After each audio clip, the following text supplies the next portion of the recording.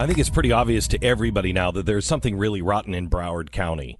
The actions of the sheriff and his deputies that arrived at Stoneman shooting is becoming more convoluted today. Last night, Laura Ingram reported that she had a source who revealed why the officers didn't initially enter the high school. Listen. Our sources near the Broward County Sheriff's Department are telling us that the deputies who arrived at the scene of the shooting were told not to enter the school unless their body cameras were turned on.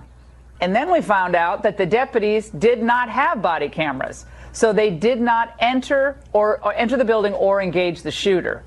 So curiously, police also lost radio communications during the Parkland shooting. And our source claims that radio communication also went dead during the Fort Lauderdale airport shooting in 2017 that he also got a lot of criticism for.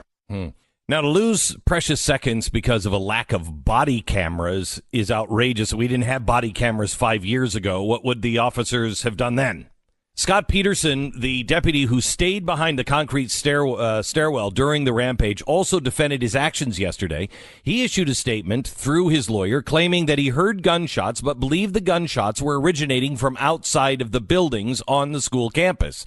The sheriff's office trains its officers that in the event of an outdoor gunfire, you're supposed to seek cover, assess the situation in order to communicate what one observes with other law enforcement agencies.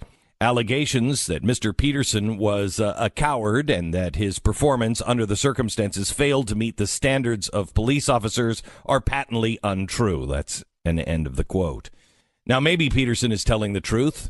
It's quite possible that he complied with all of his training.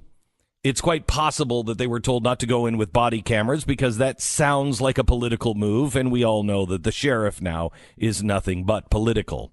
But if this is the case, it seems like strict adherence to the rules and regulation has cost people their lives.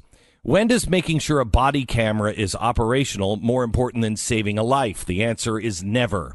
When does making sure that you're in compliance with an outdoor gunfire situation more important than tracking down and stopping a mass murderer? The answer is never.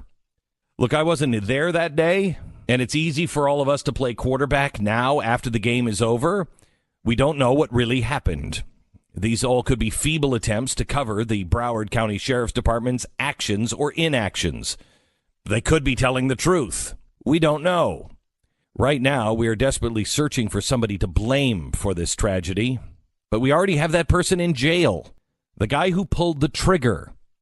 Let's remember not to be too judgmental as we continue our search for the truth on who dropped the ball. Could this have been prevented? The answer is yes. Now, without a lynch mob, let's find out exactly how and who was not doing their job.